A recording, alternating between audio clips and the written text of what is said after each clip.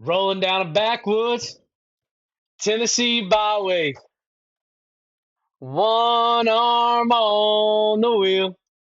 Hold my lover with the other. A sweet, soft southern thrill. Worked hard all week. Got a little jingle on a Tennessee Saturday night. Couldn't feel better. I'm together with my Dixieland delight. That is a song about Tennessee. And since October 15th of 2022, it's been ours again. The Vols proved that this past weekend, and we're here to talk about it. I'm Mac Williams. This is my good friend Jeff Wright, and this is the Volatile Podcast. Jeff, how we doing, man? Man, I was all kinds of mad because of technology issues up until I heard your dulcet tones serenading me with that Tennessee anthem, and everything's bright and sunny now. That's right, man. That's what I'm here to serve the people. Here to serve the people. Yeah, it was excellent. I couldn't think of a better way to open an episode after we beat Bama than that right there. So yeah, I don't think I ever sang that song my entire life. Seriously. I mean, I heard it, but I always hated it. My entire Oh, life, I really? hated that song. Yeah, because of what Alabama did to it. Yeah. And so I've always hated it until October 15th of 2022. That was the first year I was like, you know what? I like this song. Well, So, I probably am old enough. I met it before I met it through the Alabama nonsense, but yeah, I mean, it's a good song, and it's a great song. it's a great song because it's about Tennessee. Even the That's right. band named Alabama knows that it's better in Tennessee. That's right. You got it right. You got it right. Absolutely. All right. Well, we'll jump into latest news here. So let's start with the football. I mean, I don't think there's anything really new with Vols football specifically. Correct me and jump in if I'm wrong, Jeff, other than what we've seen coming out of the draft. So I wanted to spend a little bit of time talking about that. Um, yeah, so I'll just give a quick rundown for anyone who's just not up to date or maybe he's forgotten.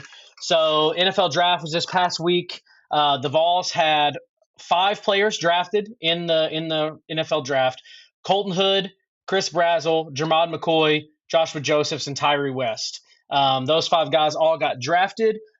Colton Hood goes 37th overall, which is a second round pick to the Giants.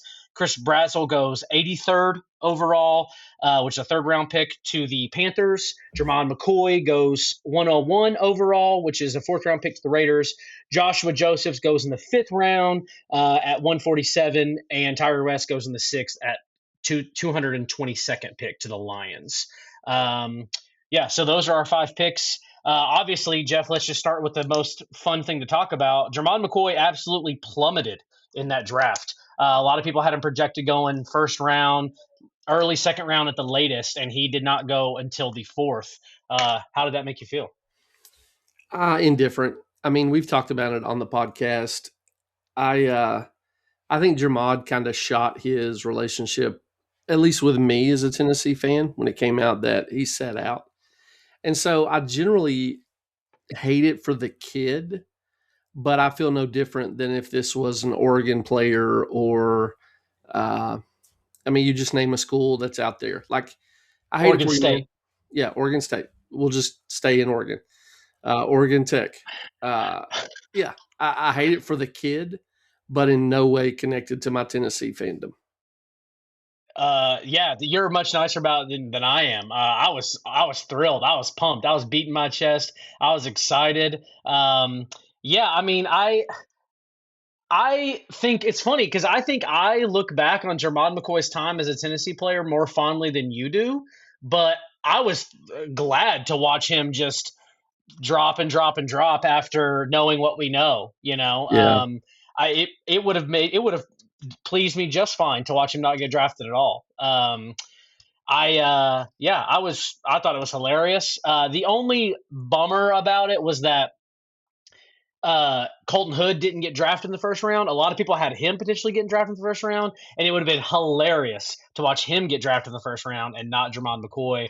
But I don't think anyone anticipated Jermon dropping, especially lower than the third. Like that was crazy. That was crazy that he went all the way to the fourth. Now it was the first pick in the fourth round, so basically the third. But yeah, I mean it was. I thought it was funny. I thought it was. I mean, I don't believe in karma, but I thought the Lord was, giving Vol fans a little bit to chuckle at there.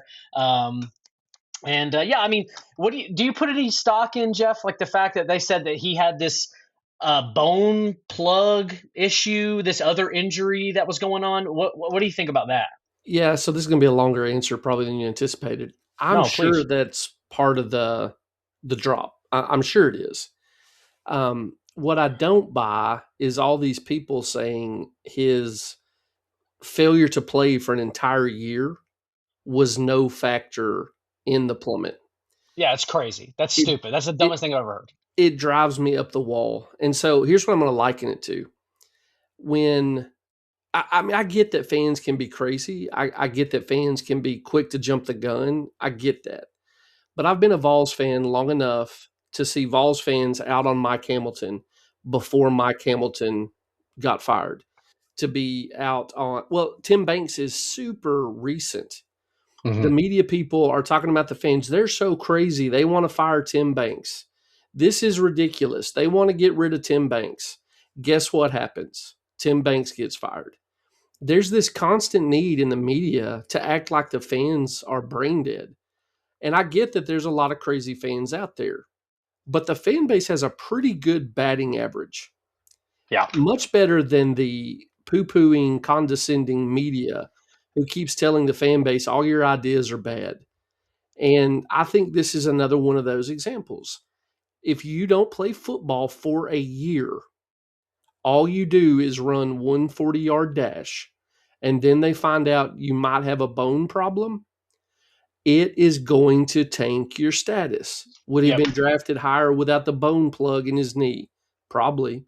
Would he have been drafted higher if he had the bone plug issue and had played lights out for 4 games before the end of the season? Yes. So just stuff the absolutely. idea that him not playing wasn't a factor and we're all stupid for believing it. Of course it was a factor. Yes, of course.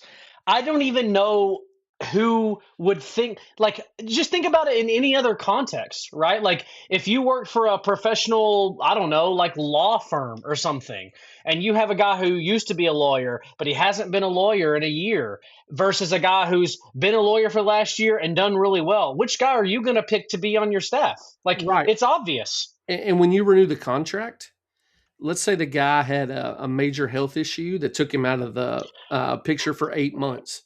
Right. You're going to factor the 4 months since he came back into your evaluation when you write the next contract. It's Yes. insulting to everyone's intelligence to have these paid insiders talk down to us when I'll put the fan base's record up against anybody's. Hmm. Yeah, it makes no sense to even start to try and come up with the narrative that not playing for a whole year has no factor. Like, frankly, I mean, I'll just put it out there on the table. Jermod McCoy was a great player at Tennessee in 2024, like for sure. But he wasn't that good, like to be drafted in the first round after not playing a whole year. Like, it's not like the dude had a career like Charles Woodson, right? It's Right. not. It's not like he was that level of, like, we're talking like okay, if he was a Heisman finalist in 2024 as a cornerback, yeah, he probably would have got drafted first round. Didn't really matter what he did in 2025. That wasn't him. He had a good year, maybe even above average year, but Maybe he look, wasn't. dude, maybe a great year if you factored in that he played big in big games. I'm Yeah. willing to glaze the year he played to the highest degree. He made Ryan Williams look like Ryan Williams. Hmm. That's wonderful. But I mean, just go ahead. I've interrupted you. Other than to say, No. I'm even willing to grant somebody he had a great year and then he took a Yeah. year off. That's it. But that's the point, right? Is like he still wasn't to the level of player that you're going to be willing to. Because that's the thing, right? As an NFL owner, you're taking a risk in the NFL draft. Like, you're evaluating what these players can offer you, and you're taking a risk knowing it could come back and bite you in the butt. And you have to say, like, are we willing to take this level of risk for this quality of player? And Jermod McCoy was way more risk than reward, in my opinion. If I was objectively looking at it as an NFL owner, I wouldn't have wanted to draft him. He didn't play for a whole year. Right. And if he plays 4 or 5 games at the end of the year, plays the Yeah. bowl game, he's got this long gap between the end of the season and the bowl game. You know how the knee responded to, Yep. the long layoff. Guarantee you it affects his draft status. There's no way in reality it doesn't affect his draft Yep. status. You're totally right, and that's the best point of all is he should have just come back for a few games. Like, there's no reason for him not to play in a few games. Even I can't. I'm trying to put myself in his shoes and separate the fact that like I love Tennessee, and just like would I play for Oregon State? Would I play for Oregon State if I was injured and I knew I was going to get drafted? And I'm like, I really think I personally would have wanted to play in at least a few games just so I know and I can feel confident about how my knee is. And if I'm that good and I'm like, I realize pretty quick, oh, my knee's not feeling right, then what I could do is just be like, hey, I'm gonna sit the rest of the year and go do my thing in the combine and whatever. But like, I just don't understand why if I don't know how serious a bone plug is. I don't know what that really means in full, but it's clearly not serious enough that he couldn't have played because he went and did the stuff at the combine and everyone said he looked great. So I'm just like, well, I just don't know why you wouldn't want to at least play a few games just to see how your knee reacts. Dude, I could do this all night with you. One, you have a you have an obligation to your teammates. Yeah. Two, you're getting paid. Mm-hmm. Three, it's in your best interest to put something on tape on an injury that it wasn't too long ago. We called that a 2-year injury. Put Yep. something on tape. And then the last part there is that, dude, I'm so ticked off. I jumped my train of thought on that. But this idea that I'm just going to go run one time or do something at the combine is going to be enough. Right. It's so Right. arrogant. I It mean, is. and here's the deal with Jermod. Maybe he's just following the counsel of whoever's in his ears and advisor. Sure. And so, if so, fire that guy. He Mm-hmm. he messed you over. You need to sign your deal, work really hard, and try to get to a second contract. But somebody got this. If it's not your fault, you better take care of whoever's fault it is. Oh, I Yep. remember what I was going to say, Mac. Tell Josh Heupel. I am trying to figure out my knee. I'd like to be on X number of snap count. Yeah. Right? Go get an insurance policy. Okay, maybe I'm going to get hurt. I'm going to get an insurance policy that'll compensate me to some degree for any injury I sustain that hurts my future earnings. I'm going to play 30 snaps a game. You Mm-hmm. can. There's a range of options he could Yep. have picked, and he picked the worst one. If it wasn't his choice entirely, I hope he has enough sense at this point to say you're gone, and find Yep. somebody who'll put some kind of good counsel in his ear. Yep. The last thing I wanted to talk about on this specifically Jermod topic is, did you listen to VolQuest and how they talked about this? Man, I always listen to VolQuest. It's been a rough week. I listen to VolQuest when I'm doing farm stuff. It has been Uh, a rough week so far, and so I don't have a ton in my mind, but I know I've listened to them. Basically, what I wanted to talk about with that is Austin Price, basically in classic Austin Price ways, was essentially saying that Jermod McCoy did the right thing and that the fans were just, like, you're crazy. If you were in his shoes, you wouldn't have played either. And to Austin Price, I say, bull freaking crap, dude. Like, get out of here, man. Like, like, he tried to kind of spin it on like the fans are being, too hard on Jermod and blah, blah. It's like, that's stupid, man. Like, it's absolutely stupid. Like, I'm a Tennessee fan. I could give a crap. I could give a crap who puts on the Tennessee uniform. I don't really care. But when you put the uniform on, now like I'm for you, but you better play. You better play and represent the T on the side of your helmet. And Jermon McCoy just gave up on us, is what it feels like. And you made the point last week. He was happy to sit there and cash his NIL checks. If you're really that type of guy that's going to be like, hey, I'm going to sit out because it's in my best interest, I would have loved to see him say, hey, coach, pay me the minimum. Pay me just a little bit to get by, cover my. Let's cut down and give that money to somebody else. Like he made plenty of money last year. He's made more money in 1 year of college football than I've made in my life so far. So like the dude can budget a little tighter and get by for a year until he's drafted in the NFL. Like he'll be fine. Yeah. So Unbelievable. two things on that, maybe three. One, let me just ask you, Mac. You've played athletically. None of us have played at that level. None of us have Right. had the earning income. Neither one of us have had the earning potential of that. Did you ever play hurt? all the time. Did You're why always did hurt. why did you play hurt? Because I love the game, because I love playing, and I love my school. I love my teammates. I wanted. I mean, it was one of those things where it didn't matter how bad I hurt. I would have to physically like not be able to do anything to not play. Like people would have to keep me from playing. That's how, and that's not because I'm so like brave and tough and whatever. It's just because you love the game. Like everybody loves the game. Well said. And how much money did you make to play when you were playing hurt? Zero. Right. So again, I've already went off. Austin fits into the paradigm of what I'm talking about with the media. That's a perfect example of that. But here's what we also know. That's a commentary on Austin's character. So you just let the world know who you are, Austin. Cool, man. You want us to care enough, not only to listen to your podcasts, but to pay money to subscribe to the site that you work for and that pays your paycheck. You want us to care that much, and then you're going to criticize us for being critical of people who took advantage of the stuff that we feed, dude. This is a family friendly podcast. I have a certain reputation I want to maintain. I have nothing clean to say about that kind of take. Yeah. Yeah. But that, I mean, this isn't news. This isn't new either. Like we've had plenty of conversations. Like, I, Austin Price. I've met him once before a game. Just said what's up to him. Talked to him for a few minutes. He's a nice guy, but like the dude just oozes with like, he just he's a talking head, man. Like he says what the university wants him to say, and he doesn't actually ever truly like.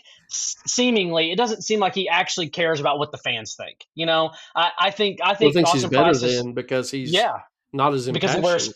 Yeah, because he wears Peter Millar or something. I don't Yeah, know. Like I just even Brent Hubbs seems to me like shades more common than Austin Price. Like just he's more in tune with what's going on in the fan base. Austin Price, he seems like he's just so disconnected, and he wants so bad to be like the friends with the players and on their good side and all this stuff. And I'm just like, dude, just do your job. Just report what's going on with the team and leave your commentary about the fans out of it. It's just ridiculous. absolutely. I mean, your track record's not even good enough to warrant it. So Right. you know when a guy's gonna decide which hat to put on a Thursday coming out of high school. That's great, man. I have no interest in your evaluation. Right. Eric Kane played ball. Brent's been doing it a million years. I'll listen to them. All I need Austin to do is show up and tell me when Dylan Gabriel George or whatever is going to sign. And this is my turn to say you're being nice. He's a simp, man. He's just a Yeah. simp.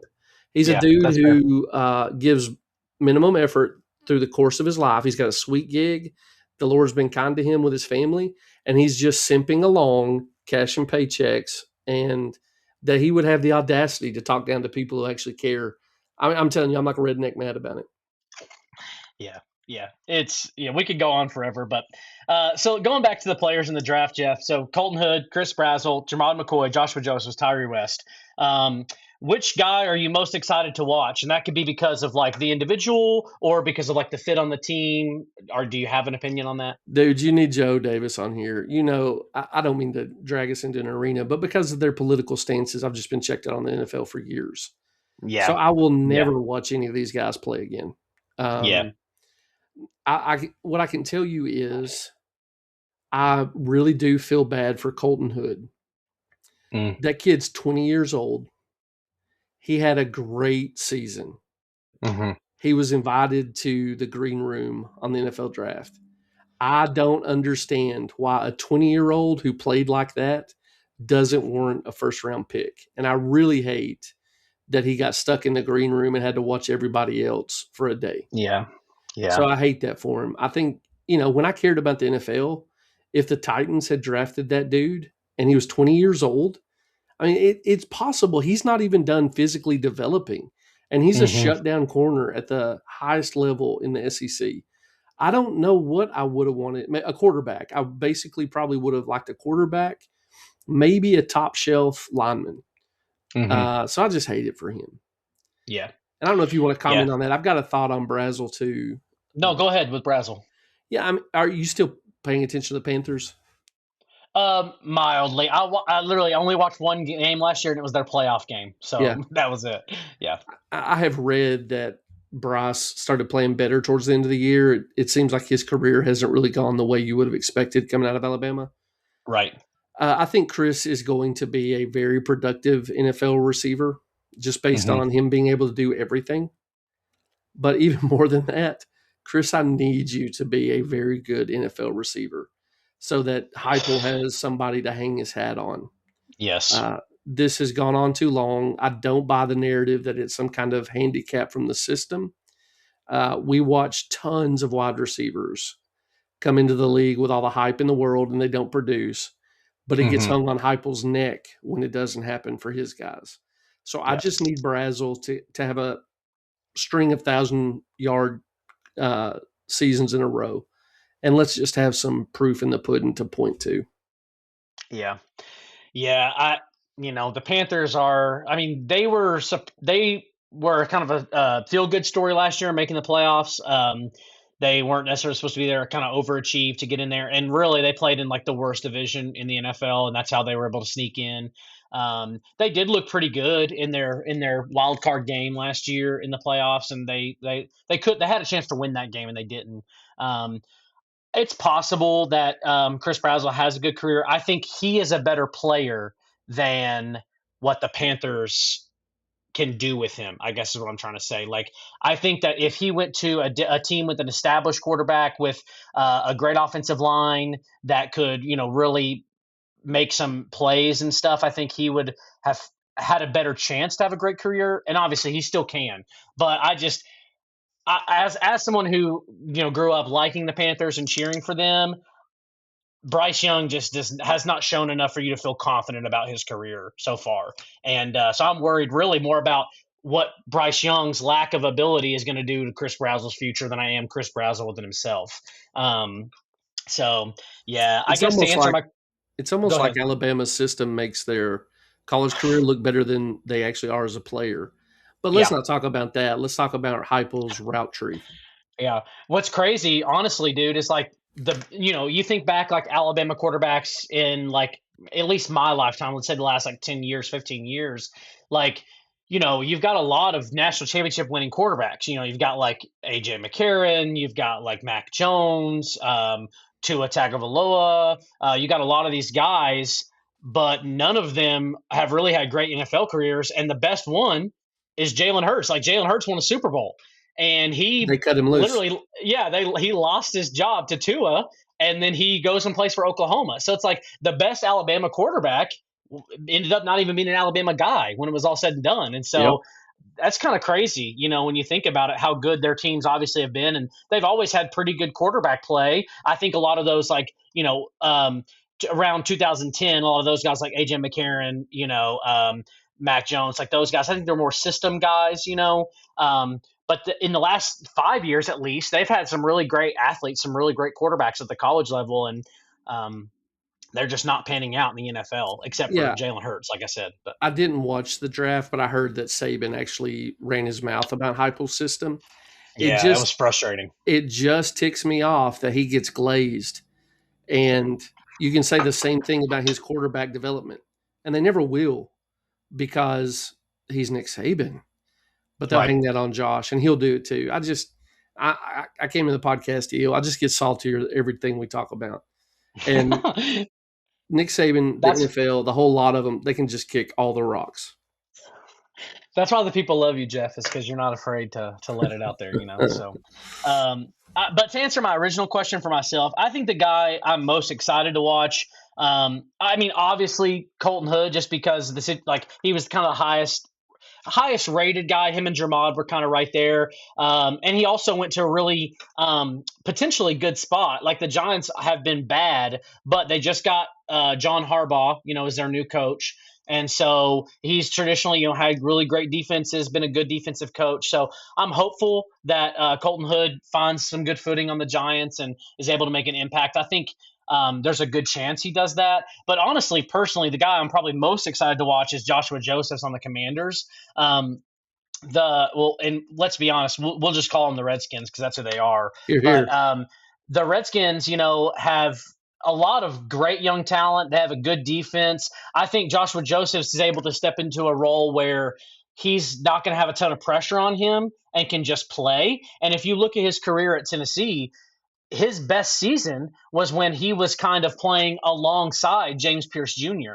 And so I think with him being on the Redskins and playing alongside other good players, you might see him kind of return to that form where the pressure's not on. He's not the guy they're expecting to get, all the sacks. So he might be able to cut it loose and play pretty well. So I'm excited to see him play, I think. Yeah, again, I'm not going to see him play, but I'm rooting for him.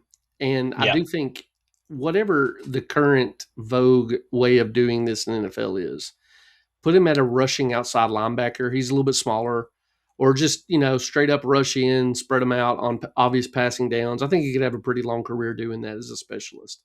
Um, I'm Yeah. also I'm also pretty enthusiastic about Tyree West. Is that the guy who got Yes. drafted last? I don't know that he's ever going to make a Pro Bowl, but I just like that guy, particularly when he was Mm-hmm. healthy. I think he could Mm-hmm. have a pretty long career too, as like a rotational dude. Yep. And I hope I hope the best for all of them. I mean, I even hope the best for Jermod in a general sense. Mm-hmm. Um, there's a version of him that's already played out for Tennessee with Trey. I can't remember his name. Blood Clots, Kansas City Chiefs. Oh, Trey Smith. Sorry. Trey Yeah. Smith. I don't know why I couldn't remember that. There's a version of that Jermod mate could like live through, except he Mm-hmm. went to the Raiders and Trey went to the Chiefs. And Right. I just don't think the Raiders. I just can't bet that the Raiders will be able to take care of him well. So best of luck, dude. Yeah. Whatever school you played for, good luck to you, man. Yeah, yeah, and I don't want Jermod to have a terrible NFL career Sure. either. I think the height of my joy, like if he has a terrible NFL career and it's over quick, I don't think that's going to make me as happy as like watching him plummet in the draft. I think the draft specifically was just like an isolated event where it's like we're coming off of this year where you could have played and you didn't, and it was because of this event, this NFL draft event, that you didn't do that, and so to watch you fail at that or to not meet the goal that you wanted to brought me some sick pleasure. But moving forwards, honestly, I hope he has a great career. I hope he plays well. But Well, yeah, look, we'll see. it's unavoidably poetic justice. You took all this Right. money and didn't do anything to get it. And so you just lost a ton of money because you took all this money and didn't do anything to get it. It's poetic. I'm happy with it and Hmm. wish you the best in the future afterwards, bud. Yep. Yep. So some other guys I wanted to mention. These guys were all signed as undrafted free agents. So I'll run through the list real quick and tell you their teams. Joey Aguilar went to the Jaguars as an undrafted free agent. Miles Kitselman went to the Lions. Jackson Moy to the Rams. Jalen McMurray to the Titans. Dominic Bailey to the Texans. Bryson Eason to the 49ers. And Will Wright to the Broncos. Let's go, Um, Will Wright. that's right. Will Wright. William Wright. I read So, that he ran a 4.5 in his 40, and I don't believe that Will Wright has any future in the league. But running 4.5 is impressive. I hope he could stick on. Even if you stick on as like a special teams gunner, you can make some money that way, man. yeah, for sure. And I mean, I'm sure you share this as well, just if nothing else for the name, but there's just something romantic about Will Wright because you remember he's the guy that came in the Absolutely. 2022 Bama game as a walk on, Hmm. and he was. I mean, he didn't really do anything, but he was on the field when whoever Bama was that their Bama's running back. It's the guy on the Lions now. I can't think of his name right now, but that running back, dropped that pass and like they have to settle for the field goal and then they missed the field goal. Right, all that happens. Will Wright was on the field for that play, and so that's always gonna be in the memory of Vols fans. It's like, oh yeah, he's the walk on that was on the field. We beat Bama, So Well, and um, did you ever really feel bad when Will Wright was on the field? Like, you know, you, I just never saw him be like horrendously cooked in a way that I thought hurt the team tremendously, particularly not for a walk on. Like, I'm sure if I went back and reviewed every snap, I'd be like, what were you doing there, dude? But what we got from him as a walk on is far and away better than anything that spot would justify. The yep. I hope Joey does well, and I hope Jackson Moy does really well too because his mom is super sweet and she was kind to us Hmm. in Mississippi State. Yeah, she Um, was. I'm gonna root for those guys. I will ask you this: Did you? I know you're off Twitter now. Did you happen in any way to see the tweet about Diego Pavia going to the Ravens minicamp? No, I didn't see the tweet. So they have subsequently signed him to some kind of agreement. But what they initially did was invite him to the mini camp. Right. And somebody on Vol Twitter posted a picture of him, like where he's been artificially shrunk. Oh And gosh. and the tweet was, it was really cold of them to invite him only to the mini camp, not the grown camp. That's so It funny. was great. That's so It was funny. great.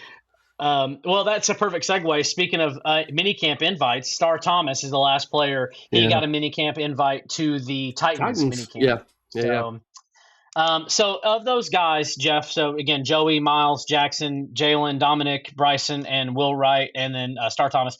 Who do you think? And I know again you're not super plugged into the NFL, but based on how you saw those guys play in college, or maybe something that you do know about the NFL teams, which of those guys do you feel like has the best shot to like actually make it and have a career?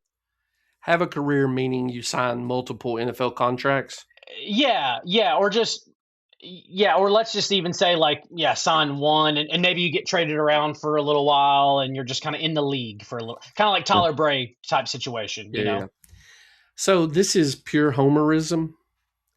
I'd legitimately think Joey could have a great, like a poor man's version of Josh Dobbs's career, where he's never going to be the starter, but he's a guy that just keeps getting contracts because he's positive and kind of runs a scout team for you well and whatever. I really think Joey can do that. If I take him off the board, knowing I'm looking through orange colored glasses a little bit there, I guess, Mac, I would go with Star Thomas, not because I think he's a diamond in the rough, but the NFL just tends to use like a ton of disposable running backs. Mm-hmm. And, like a team's not going to carry two or three, anymore, I guess, but certainly not four or five.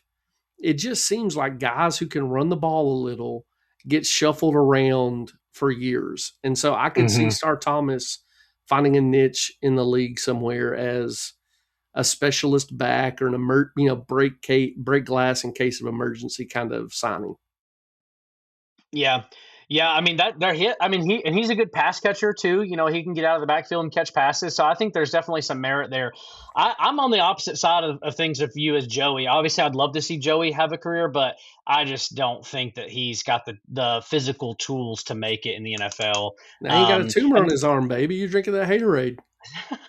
I mentioned Tyler Bray. I wasn't even planning, but like you compare him to someone like Tyler Bray. Tyler Bray is someone that does have the physical tools to be an NFL quarterback, but doesn't have it here. Yeah. And so I think that someone like Joey Aguilar is never going to have that type of career. I don't think. I mean, obviously, I'd love to be wrong, but honestly, if I had to pick somebody from this list, I'm probably going to go with one of the defensive linemen, just because similar reason. The NFL there's so many spots for guys who can rush the passer to Yeah. be involved on a roster, and between Dominic Bailey and Bryson Eason, I just like the fit of Dominic Bailey more in Houston. I just feel like he could really have a shot to do well there, and so that's who I would pick, I guess, from this list. I think could have a good career, but if it was Bryson Eason, that wouldn't surprise me either. Yeah.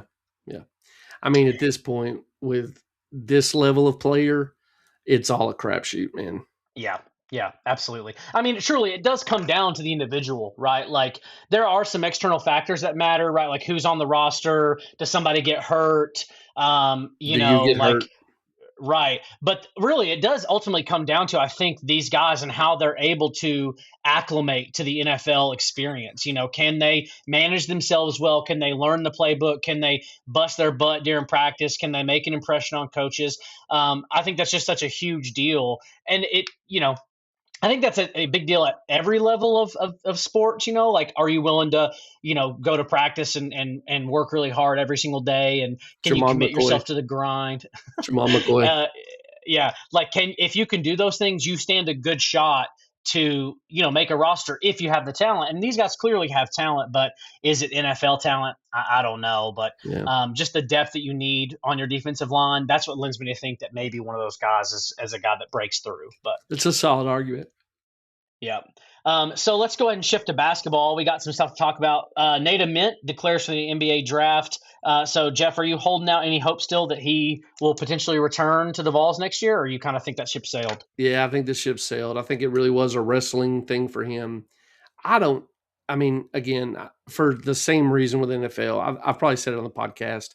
For all of my life, I was the biggest NBA fan I knew. I knew the NBA inside and out. I spent more time with it Yep. than any league. For the same reasons, I just don't pay attention to them anymore.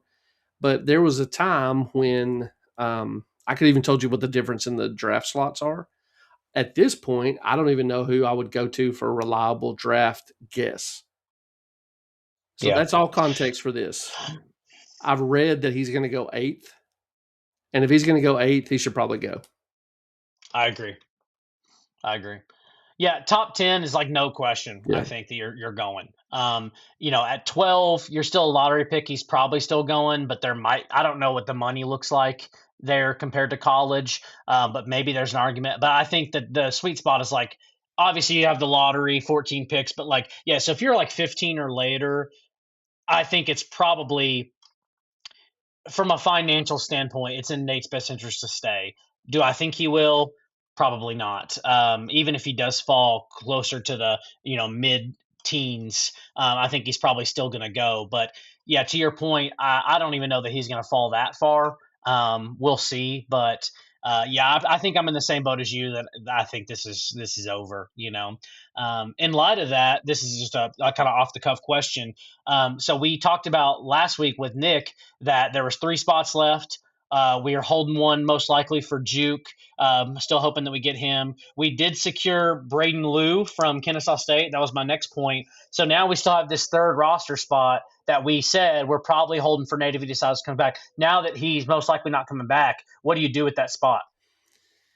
I mean, if going off Rick Barnes's approach, I'm guessing that will probably be an international player. Okay. I think that's where Vescovi came in. I think that's where the hope of Israel. What's the kid's name you said is now in the promised land? Ethan Berg. Ethan Berg. It seems to me like late in the cycle, picks for him turn out to be international guys. Uh, Mm-hmm. we, at some point, man, we're going to run into a scenario where a valuable college player who could have made money is going to end up without a home. Mm-hmm. Somebody on some podcast mentioned Felix Okpara as an example of this. That like, oh man, you really misread the tea leaves, and now you're just looking for somebody to have a spot. Um, I don't know when that day is going to come. It's going to come, and maybe Rick will benefit from it. But Yeah. right now, gun to my head, I would say it's going to be some international kid we've not heard of. What do you think? Well, so 24/7 mentioned in one of their shows this week that they thought that Rick would use that spot for a walk-on player to receive a Mm, scholarship. And they mentioned like last year, Grant Hurst was a scholarship player. Obviously, though he's functionally a walk-on, but he received a scholarship. And so they mentioned that somebody like that could get that last spot. Um, that I'll tell you what I thought about that, and then I'll let you kind of respond. can I ask real Go ahead. quick? Yeah, What sure. what's the benefit of that approach? Like I get with Grant Hurst, you're trying to reward these intangibles, but if it's not Grant, why do that? That's where I was. So to me, if I'm Rick Barnes, I'm doing everything I can to get a Final Four. Yeah. Right, like however many more years I have left, I want to get to a Final Four. And so to me, if I have a scholarship, whether there's a great kid on the team or not that busted his butt and maybe even deserves a scholarship, like I'm gonna go and try and get the next best player I can get, and I'm gonna spend that scholarship. And that's what I'm going to do because at this point in your career, if you're Rick Barnes, you don't have time for the feel good hand me out like handout story of like, oh yeah, we gave this kid a scholarship. Like, go and try and win a championship. Go try and make a Final Four. Like that when they said that, I thought that seems really dumb at this point Mm-hmm. in Rick Barnes' career. Like Rick Barnes is a good guy. Everyone thinks so highly of him in college basketball. No one's going to think less of him if he decides to go get another good player and not give a scholarship to a walk on. Like it just doesn't Yeah. matter. And you can So reward a good kid who could help your team in the same way you reward a good kid who's maybe going to be one of your graduate assistants in a few years. I right. I just don't see the upside of. I mean, I like I would I guess if I were Rick Barnes, I'd do that for like one of your kids or Nick Duncan's or Joe Davis's kids. But like other than that, just go get somebody who even can make your players better in practice. Yes, exactly. I Yeah. wouldn't burn it on somebody like Jalen Carey, but I'd find somebody who could help. That was a direct shot at me. Yes, if Jalen Carey wants to come back, he can have the last scholarship. That's where I'm at with it. I'm exercising my veto power. Oh me, but yeah, I agree. Yeah, Grant Hurst, love him. Love the Sure. culture, love the fit that he is. But yeah, Literally I'm knew not him spending. since he was a baby. Yeah, I'm happy. I'm happy for him that he got to experience that. But like this year, I think you use the scholarships on guys that can actually help you win. Like you said, it doesn't even have to be on the court during games. Like even if it's during practice. But I would not be spending a scholarship on a walk on. So. I'm guessing the kid got some money, but I saw that Zakai's little brother signed with an ACC school or was going to. I would have done that, like another Zakai point guard to have in the again break glass in case of emergency. Like I would do something like that maybe to like Mm-hmm. love on Zakai, Mm-hmm. but also get a contributor. Yep. So I just don't see the point in. I mean, but I also still have all my eligibility, and so if Rick is really looking, for an opportunity to do a solid to somebody, I'm happy to go in there and give it all I got in practice. Coach, put me in. This is a former teammate of Brent Jolly, coach. So you might want to check that out. Yeah, that's right. um, last point here about basketball I had. So the Vols, this is a tweet you guys share with me throughout the week, so I wanted to bring it up. The Vols are losing in the players that transferred 31.8 points per game and 52 threes. And the Vols are receiving through the players that we've gotten through the transfer portal 85.9 points per game and 280 3-pointers. Could this be the best Rick Barnes team that we've seen in his time at Tennessee, Jeff? Uh so Mac, I'm going to take a different angle on that. Yeah. That stat doesn't record rebounds, outgoing versus incoming, blocks, Mm-hmm. steals, right? Mm-hmm. So this could be the most offensive oriented team that we've ever seen Rick Barnes have. That Mm-hmm. almost seems inescapable at this point. It's going to be really hard for me to think the team will be better than Grant and Admiral's team, just because I think that team was peak for everything Rick Barnes is and what he wants to do. I hope they're better. They could not be as good as that team and go much further in the tournament, right? Those things aren't incompatible. Right. Um, but we said it in a previous episode. It looks to me like Barnes is taking a complete fresh slate approach to every season. And this year he decided he wanted to be big inside. He wanted to make trouble for people on the glass, and he got it. Mm-hmm. And now he's decided, nope, I actually need to load up on scoring. And so this could be one of the funnest Rick Barnes teams we've seen. Can you imagine a Rick Barnes game where we're in a shootout and it's like whoever scores last or whoever has the ball last wins? It would feel like the Twilight Zone. Yeah. And I don't think it'll ever get to that point. But Rick seems clearly like I'm going to go a completely different operation than I've done in the past years, and I'm pretty intrigued by it at this point, Yeah. particularly if we get Yeah. Juke.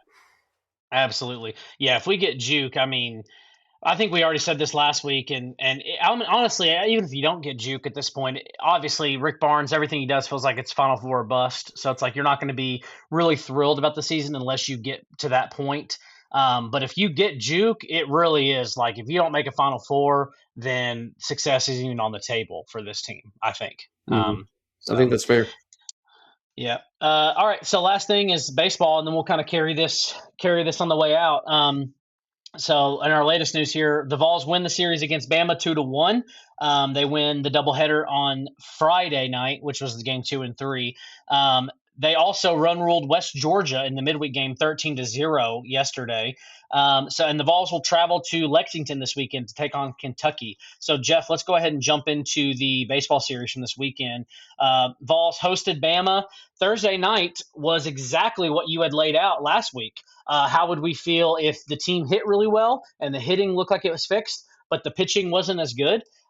Jeff, did you feel better about it like you thought you might, or did it feel awful? What was your takeaway from Friday? Do I or have from to Thursday, I answer? should say. Yeah, so I have to answer that for Thursday. I can't answer it for after the doubleheader. Yes, give me just Thursday. So I was feeling pretty stupid on Thursday. Feeling pretty stupid. And Yeah, can I say this in my defense? I'm just sure, going to please. fast forward to after the doubleheader. I kind of think I got what I predicted. They figured out the bats. The pitching came along, and boy, doesn't it feel good right now. It Now, does feel good. what I said at the time was, if we lose the series, we still feel pretty good. I'm just going to pretend like that didn't happen, and I'm going to say, boy, it was sure impressive that I called getting their batting figured out would lift all ships. It'd be the tide that lifts all ships, pun Yeah. intended. Yeah, so I mean, I think that you were and you are right that like I think seeing the hitting click was able for allowed the entire team to feel just more confident about their chances of winning, Yep. especially on Friday. But had the whole series gone the way Thursday went, I really would have felt terrible. So Yes. Yeah. I do want to say that I would have been extremely frustrated as I was on Thursday. Um, Thursday, because I had to work Friday, was the only game I really sat down and watched in entirety, and I felt like putting a bullet in my head the entire time. I mean, it was so frustrating to watch a team who had not been able to hit but was pitching amazing to just be, hitting the ball really well, getting timely hits, but you could not keep Alabama from scoring runs. It was really frustrating. And so let's just keep talking about that, specifically talk about Mack and Appenzeller. So they did not look good on Thursday night, neither guy really. How much concern do you have because those guys look so bad on Thursday? I'm not that stressed about it right now. I'm probably going to be eating my words about that. And maybe Mac more than Appenzeller because I'm biased towards Appy because he's got juice, and I think this Yeah. team needs it. And Mm-hmm. he's just sort of a throwback to what we've expected from previous Tennessee teams. But he pitched well as a starter in the midweek game, Mm-hmm. and I just think that kid's very talented, and that Mm-hmm. talent's going to rise to the top. And I'm just generally not worried. Our pitching has been pretty solid this season. I mean, you might disagree with that, but I've only come away from the Bama game being like, boy, our pitching ruined it for us. You know the game Mm-hmm. better than I do, so you may feel differently. Um, short story long, because I'm repeating myself. I'm just not that stressed about the pitching. Yeah, I mean, so I agree with you. Mac concerns me more than Appenzeller, but really that's because Mac has looked overall, he's looked good this year, but he's had 2 weeks in a row now where he's gotten hit pretty good, and he's had other teams be productive against him, not just hitting the ball, but like scoring runs. And so I'm really concerned at this point in Okay. the season about Landon Mack's production as a starter. Like, is he going to be able to continue making it 6 innings in games? I don't know. Um, and so I'm kind of concerned about him. Appenzeller, I agree with you. He clearly is probably this ultimately he might be the best pitcher on the team. When like when he's in the MLB in a couple years, and Yeah. he might be the best guy. But right now he's still a freshman. He's still young, and like he was bound to have an outing where he just gets hit. And so I'm not like really down on Appenzeller after his performance on Thursday night. I think that's part of the learning of being a college pitcher, and he's every single week that he plays, especially from here on out, he's playing against better competition than he's ever played against. And so, it was bound to happen. I think how he responds this weekend against an inferior Kentucky team is really going to show like what he's made of. And I expect him to do well, So I'm not sitting here like doom and gloom about Appenziller, but I am a little bit concerned about Mac, Well, and I just will be seeing what. concerned about Mac now because I'm so dependent upon your perspective. Yeah, yeah, and it's possible that you know it's possible that Mac didn't have a great outing against Ole Miss, and then he was able to, because he was on short rest. He pitched a night earlier than he normally does. It's possible that played into it, and so maybe it just looks like compounding bad starts when in reality it was just because of one of them was just a bad start and one of them was just short rest, and that was what it was. And this week he'll get it figured out. That's possible. But when you're looking at, a series against Kentucky, who we should beat, but you just never know. And then now you're going to play a top three team in the country with Texas the weekend after that. You really got to spend this weekend getting your ducks in a row as far as who are my best starting pitchers, and know what you're doing going into Texas weekend, not this weekend, but next weekend. And so I am hopeful that, good or bad, enough separation is able to happen that Elander knows exactly what he wants to do going into the Texas series. Yeah, all that's very reasonable. I don't have any kind of pushback or whatever to offer on that. I'll tell you where my Negaval or battered Vol syndrome track is at. You remember Mm-hmm. me telling you that maybe Mississippi State just wasn't a good baseball team? Yes.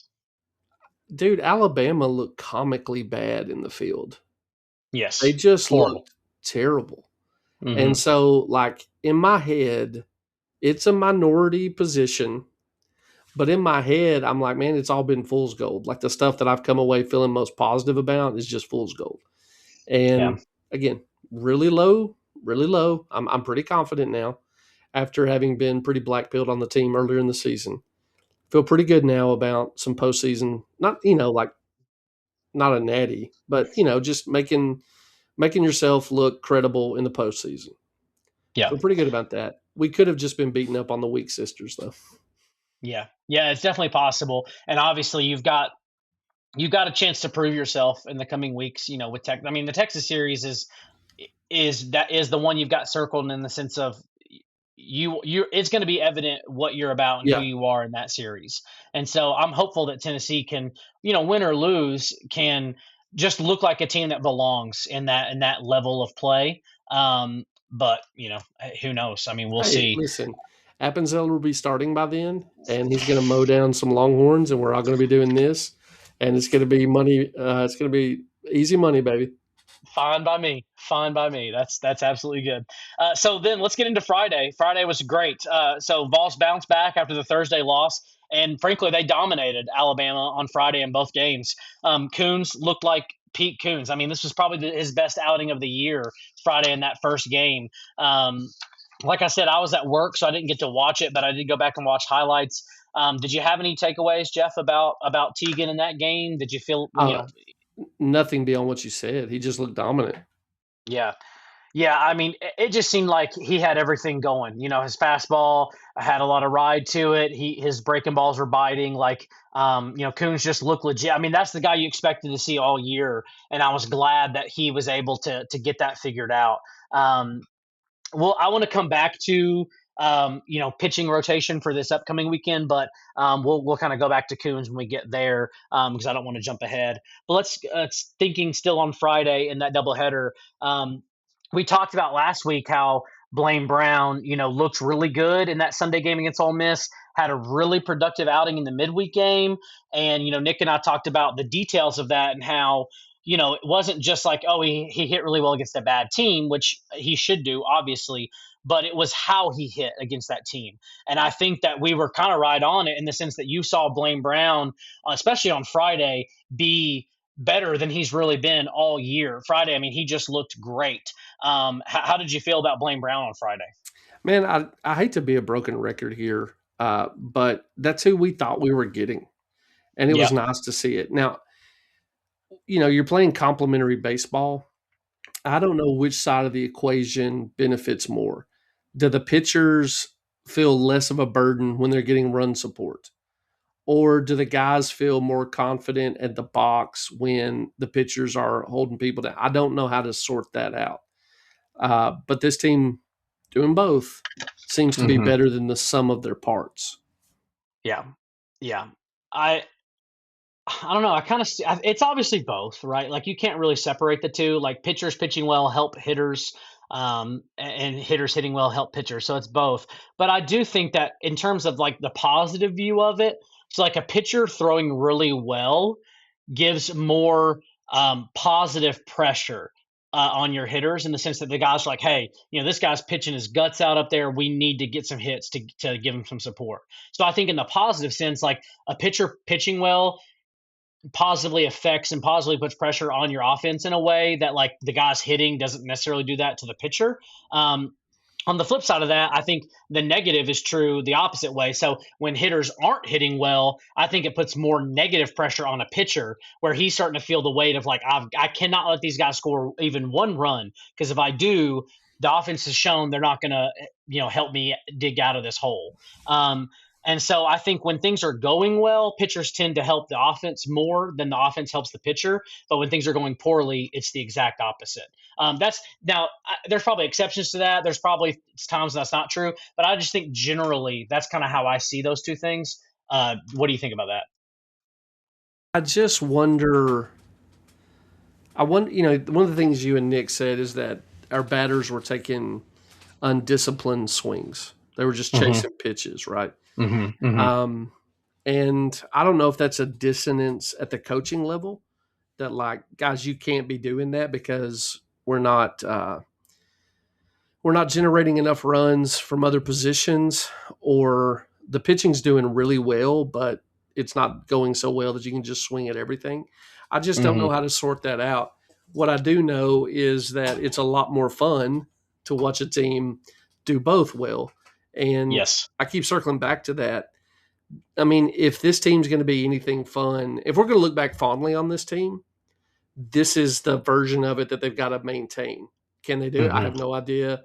I don't know how to analyze the sport well enough, but they've given us a taste of what we actually need, and it was a really nice taste. I enjoyed that. I just want to see them stay locked in at that point. Yeah. Yeah.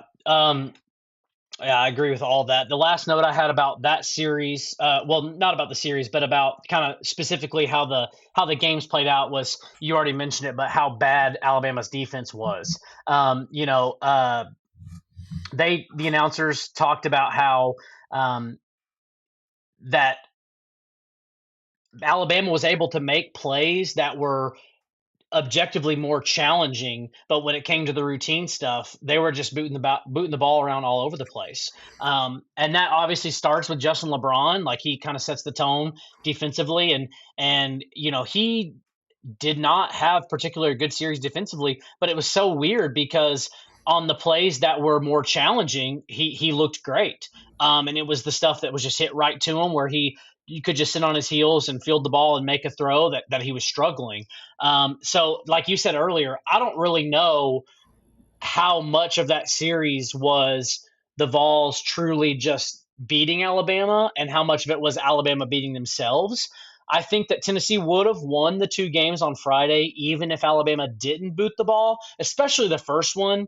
So game two in the series, but game one on Friday, because Tennessee won 8-0. So Alabama didn't even score. Coons was pitching so good, it wouldn't have mattered.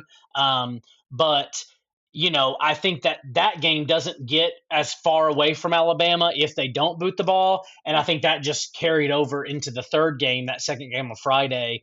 And you saw them continue to struggle in the field. So, yeah, to what you said earlier, I don't know how good Alabama actually is. Obviously, they've been trending downward for a few weeks now. But I'm hopeful that even if their defensive struggles are what led us to win, that Tennessee can still build on that, at least from just a confidence perspective or a culture perspective, and can make it be a help to this team, even if it wasn't necessarily their own merit. Yeah, I mean, they can legitimately look back and say they have memories of them putting barrel on ball, right? Mm-hmm. Yep. And that's got to be helpful. To your point about Justin, oftentimes flash can distract you from actual incompetence.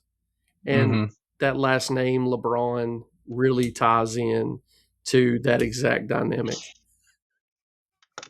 You just had to. You just had to. I was so shocked last week we didn't get some comment about LeBron, about Justin LeBron's name, and here it is this week. You never fail me.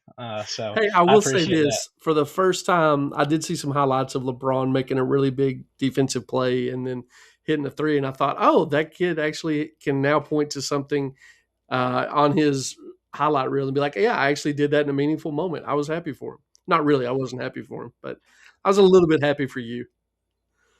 Yeah.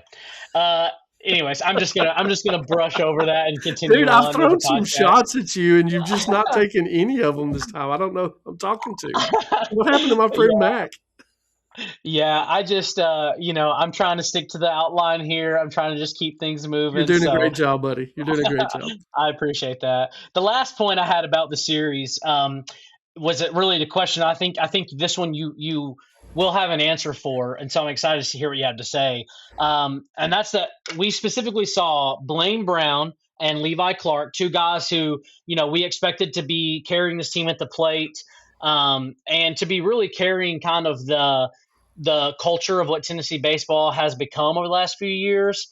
We kind of expect those guys to be doing a lot of work on those two fronts, and they seem to do that this weekend. They both had pretty good weekends at play. But the thing I really want to talk about is we saw those two specifically kind of talk some trash and kind of be a little bit edgy on the field in terms of how they acted towards Bama. And I wanted to ask you, do you think that the swagger is back for this team a little bit, or was that just them taking advantage of a good weekend? Yeah, I don't know. I think the returns are a little early, but didn't wasn't it you or Nick one that specifically mentioned that Levi Clark could be that guy for this team? Yeah, I think Nick mentioned that last week. Yeah, Yeah. so that's best case scenario. And Hmm. I guess Mac, I'm just going to roll the ball down the field a little bit or kick the can down the road. Check back after Kentucky. I know that's a non-committal answer, but let's Hmm. just see what they do when they go against a team they should beat. Can they keep their performance up? Do they keep the swagger up? We'll probably know better after that. And I don't really Yeah. care about Texas. If you handled Alabama, you handle your business against Kentucky. Just take a game at a time approach to Texas, and that kind of feels like house money in the sense that I didn't expect us to beat Texas pretty much at any point this season. So let's just get through this next series, and if they're filling their oats by then, that's probably something they can build on. Yeah. Yeah. I really enjoyed watching Tennessee be who we have come to know them as over the last few seasons. And so, like you said earlier, like it was just fun. Like this team was fun to watch this weekend, and I enjoy watching Blaine Brown and Levi Clark talk trash. I enjoy watching them play well, and then get to have a little bit of fun and run their mouths. I just think that, like you said, if you don't continue growing and improving, especially with not even results oriented, but just like, are you continuing to be disciplined? Are you continuing to have a good approach? Are you continuing to hit the ball hard, even if it doesn't always go your way? If they continue doing that, I'm going to feel good as we continue hunting. We have three more wins that we need to get to make the postseason. So as long as you don't get swept in any series, you're in. Um, but I really feel like we saw a side of this team this past weekend that we hadn't seen all year. Even And when we have were sweeping, wanted to see, right? Like we've been right, begging right, for that version. Yeah. right. Even when you swept Mississippi State, they didn't look like they did this weekend. And I think obviously the opponent brings that out, right? No love lost between Tennessee and Alabama. Obviously, Tennessee players know what that rivalry means to the fans, and the fans are hungry to beat Alabama in any sport. So I think that plays a lot into it. But this weekend you could say the same thing. When you go up to Lexington, like Kentucky fans are going to want to beat Tennessee really bad, and the players are going to want to beat Tennessee. And so watching these guys, if they can keep this going this weekend and can win this series, I really feel like this team could be turning a corner, even if it's just in terms of confidence or culture or energy or whatever you want to describe it as. And if they finish the season playing like they did last weekend, regardless of how far they make it, I think I'm going to feel better with how the season ended and looking towards the future of Elander's career at Tennessee. Hey, before we leave that point, I'm assuming the Kentucky fans are going to be in peak form. Uh, what hope do they have? I mean, have you been paying attention to Mark Pope's portal travails? Not as I mean, only from what you've said. That's all I really know Yeah, about it. dude. So I think their last great hope for a player signed with Kansas, like their message was like he's coming. It kind of is like us with Juke. And I don't mean to like throw dark clouds over that, but they were just so sure this guy was going to sign, it was going to transform their coming season, and he went to Kansas. And so they, their football coach is gone. We own them anyway. Their basketball team's in shambles. I'm guessing we're probably going to get the rowdiest version of Kentucky that they can produce. And I hope the Vols continue this trend of just putting their foot on them, pushing their face in the dirt, and let's keep little brother, little brother. Yep, yep. Last night, the Vols played West Georgia in the midweek. We won that game 13-0. The Vols put up 4 in the first inning, 4 in the second inning. It was pretty much over before it started. Obviously, that's how it's supposed to go in a midweek game. But they mentioned on 24/7 in their episode today that Tennessee has not lost a midweek game this year, and that's something that is not necessarily impressive because you're better than every team you play in the midweek, especially that Tennessee chooses to schedule those midweek games. But usually, teams will drop at least one of those games to an inferior opponent, and so I don't want to say I'm impressed, but I am pleased with how Tennessee has gone about their business in midweek games, even like when they're bouncing back from a series loss or following up a series win, and they're able to just not play with their food and beat midweek opponents the way they're supposed to beat them. The hitting looked great, pitching looked great, so I was really pleased with how that game went. Did you have any takeaways other than that, Jeff? The only takeaway is that I legitimately low key believe they are trying to figure out if Appenzeller can be a starter. I truly Yeah, do. Maybe yeah. an emergency, totally, but I still think that's the case. To your point about midweek games, our friend group has spent a lot of time losing our minds because the football team can't do the basic stuff well. You may Hmm. hit a huge gainer with Jalen Hyde or whatever, but you're going to jump off sides 4 times, 5 times a game, right? The baseball version of just taking care of the midweek game, particularly when you've got stuff to work on and iron out, does seem a feather in Elander's cap. I don't know how much to Hmm. make of it, but I just find it refreshing to see a Tennessee team take care of what they need to take care of, make good use of their time, not shoot themselves in the foot. And they've done plenty of that in the conference series. Don't get me wrong. But to find something to be positive about, and I don't have to try too hard. Yeah, I Hmm. think it's a good deal that they've kept things where things should be in the midweek. Yeah, yeah, and the only takeaways specifically thinking about like in-game stuff is it just seems like and I'm not trying to read. I didn't try to read too much into the midweek game last week, but it seems like kind of what we thought about Blaine Brown might be true, especially how he played against Bama. It just seems like guys are starting to find their rhythm at the plate, and baseball is a streaky sport. When you're hot at the plate, things are going good. You're finding, even when you don't make good contact, the ball's finding ground and you're getting on base. That's just how baseball kind of is. You go through slumps good, and then you go through streaks that are, or sorry, you go through slumps that are bad, and you go through streaks that are good. And it seems like this team could be streaking. So I wouldn't have been necessarily concerned had they, only beaten West Georgia 2-0 or whatever. But it is nice to see them continue, hitting the ball, scoring runs, and you're hoping they just continue building on that as we approach Kentucky this weekend. Let's go ahead and talk about this weekend, Kentucky, as we transition. You mentioned the rotation. So we'll kind of skip talking about Kentucky generally and jump down to the pitching. So we talked about Mac earlier. I want to bring up Coons again because Appenziller again because you just mentioned him. So we had Mac on short rest last week. He had 6 days and then he pitched again. Normally it's a full. He has seven. It's normally 6 days off, right, and then he pitches on the seventh day. And this week it was 5 days off, pitched on the sixth day. Um, to me, and I want to hear what you have to say about this. If I'm Josh Elander, I think this week more than any makes the most sense to do something with moving Landon Mack. You haven't really wanted to touch him since he's moved to Friday and we started getting some wins. But now that Friday, everyone's going to be on an extra day of rest if they pitch the same way that they did. But to me, it makes the most sense to throw Coons on Friday this week because that's going to be his normal, 6 days off pitching on the seventh day routine that he's used to. And that would give you the freedom to then, move Mac back to a Saturday or, as you were mentioning, to throw Appenzeller on Saturday when you play Kentucky this weekend. Who do you think they're going to start on Friday? Maybe why? Mac, I just have to defer to you on this. You know that better Yeah. than I do.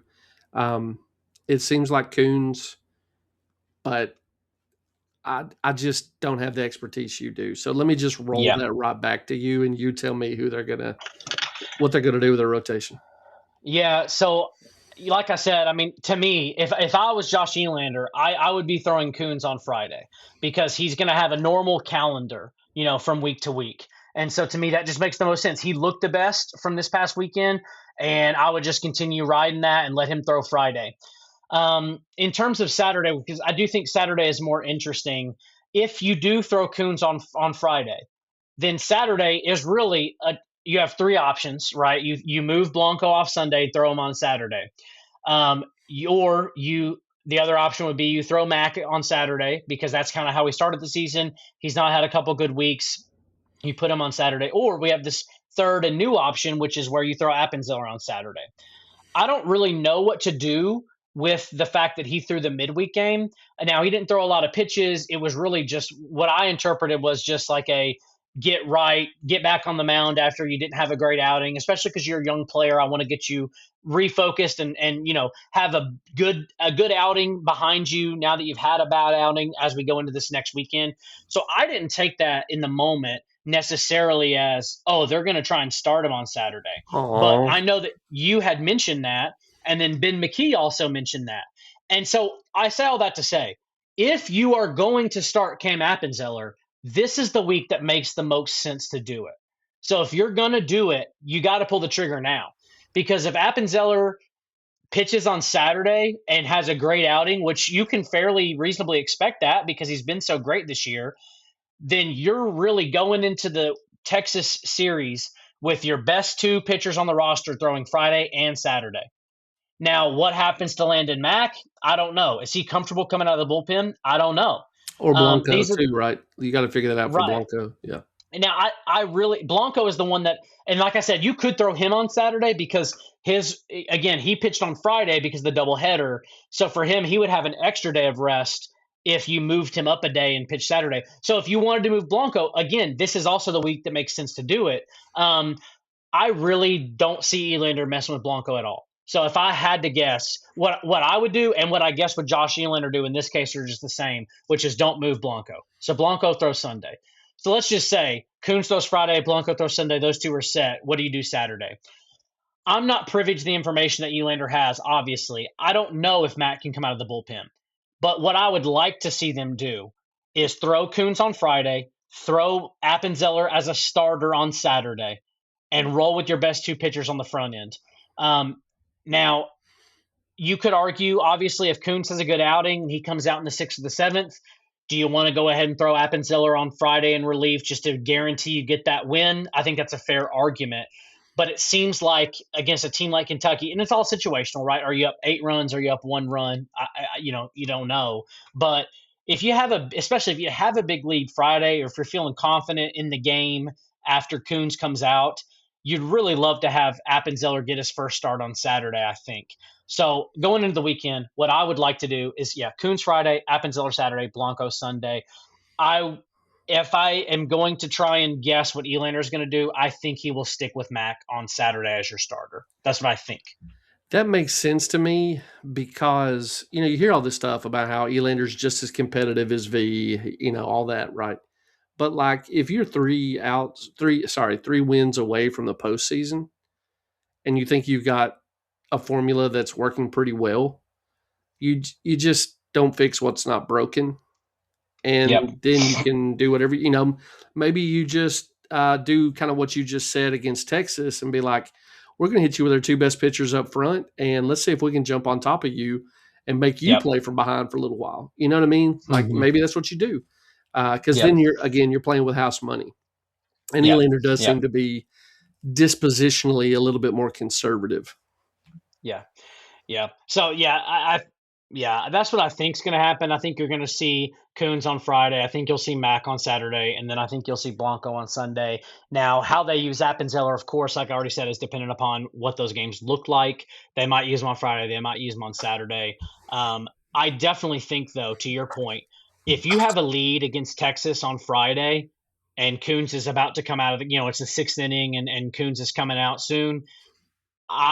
even if Appenzeller started last Saturday, it would be really hard not to decide to just go ahead and throw him on Friday and get that win against Texas. Um, because getting one against Texas is good. Yeah, it's a And victory in and of so itself.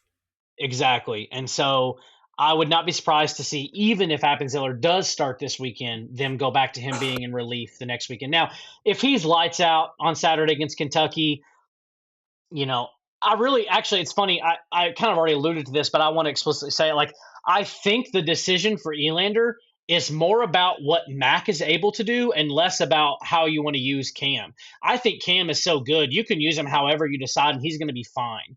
But the question is Mac as effective in relief as he is as a starter?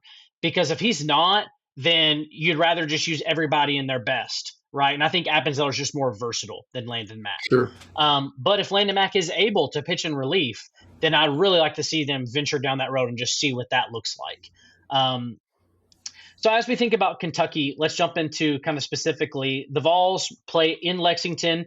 All those games are on SC Network Plus. We don't get any mainstream television games. Kentucky has played five common opponents as Tennessee: Bama, Ole Miss, LSU, Missouri, and Vanderbilt. So those five teams, both Tennessee and Kentucky, have played.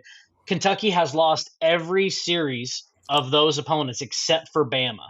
Um, Kentucky swept Bama. That was their first SEC series of the year. So yeah, they swept Bama, and then they lost every other series 2-1. So in those against those opponents, this is kind of interesting. Kentucky has a 7-8 record overall against all those teams, 7-8. So they're one game below 500. Tennessee is 6-9 in all the games against those teams.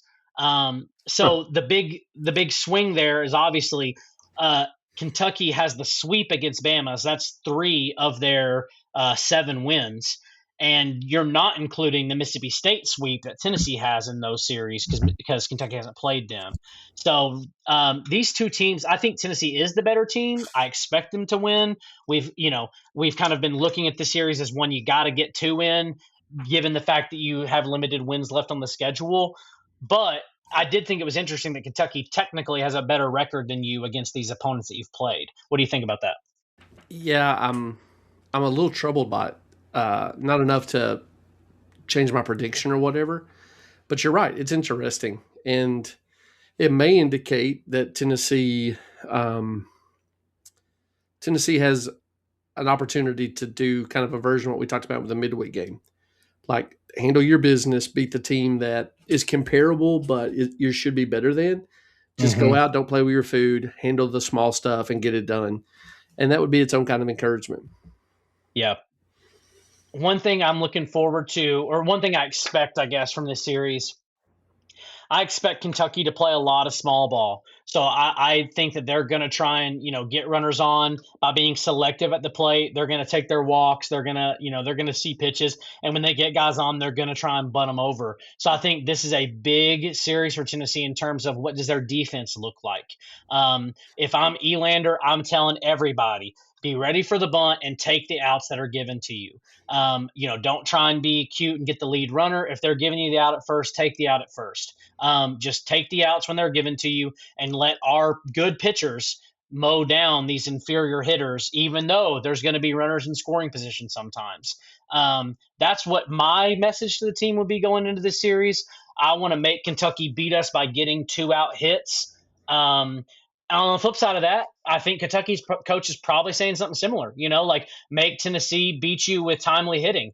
The thing is that Tennessee has been doing that in the last couple weeks or week and a half, and so I hope that trend continues, and ultimately you're going to see another series just like so many, where it's like who's getting the hits when runners are in position to score and who's not, and I think that's going to determine the series. Well, we know Josh Edlander listens to the pod. So, Josh, you have your marching orders. Get it done. That's right. That's right. All right, Jeff. Let's make some predictions here. What do you expect from Tennessee this weekend? How many games do they win, and which ones do you think they'll win? My predictions are meaningless, as I've demonstrated. Uh, Well, I, Go ahead. No, I still want to hear. I want to hear like your meaningless prediction. I want you to be beholden to something. Yeah, yeah. Well, I'm Mr. Sunshine, so I think we sweep the series, we lock down the Let's go. postseason, and we go into Texas again. Just free as a bird because everything's taken care of. I love that. I love that. Yeah, I think it's very possible Tennessee sweeps this series. Um, it's I really want to pick them to sweep as well. I'm just trying to combat my optimism, and so I'm gonna just assume that Elander sticks with Mack instead of Appenzeller on Saturday. And if he does that, I think that Tennessee wins Friday, wins Sunday, wins the rubber match, but they lose Saturday because Mack still is not looking 100% like himself. Now, if we throw Coons, Appenzeller, and then Blanco, a sweep feels inevitable for this team if they're hitting the ball well. So I think that you definitely have the better prediction in terms of like what I think is more likely. But I just am going to try and combat my optimism and my happiness and see if I can, I have not been right, I don't think, on any series so far. So I'm just going to see if maybe I can pull one out here. So we'll see what happens. All right. I'll be All rooting for right. mine. Same, same. All right, Jeff, where can our listeners find us? They can find us at volatile_1998 on X. Just a terribly underappreciated X account and full of great stuff, which is all of our episodes and a few tweets at Reed Bacon, who retweeted us today. Thank you, Reed Bacon. Let's go. We Shout out to Reed. Yeah, we basically killed his podcasting career. You know, True. it's a shame, but maybe we'll have a True. regular recurring guest. Anyway, volatile_1998, home of your favorite Tennessee Vols podcast, and really, truly, your only coping mechanism for the terminal condition of being a Vols fan.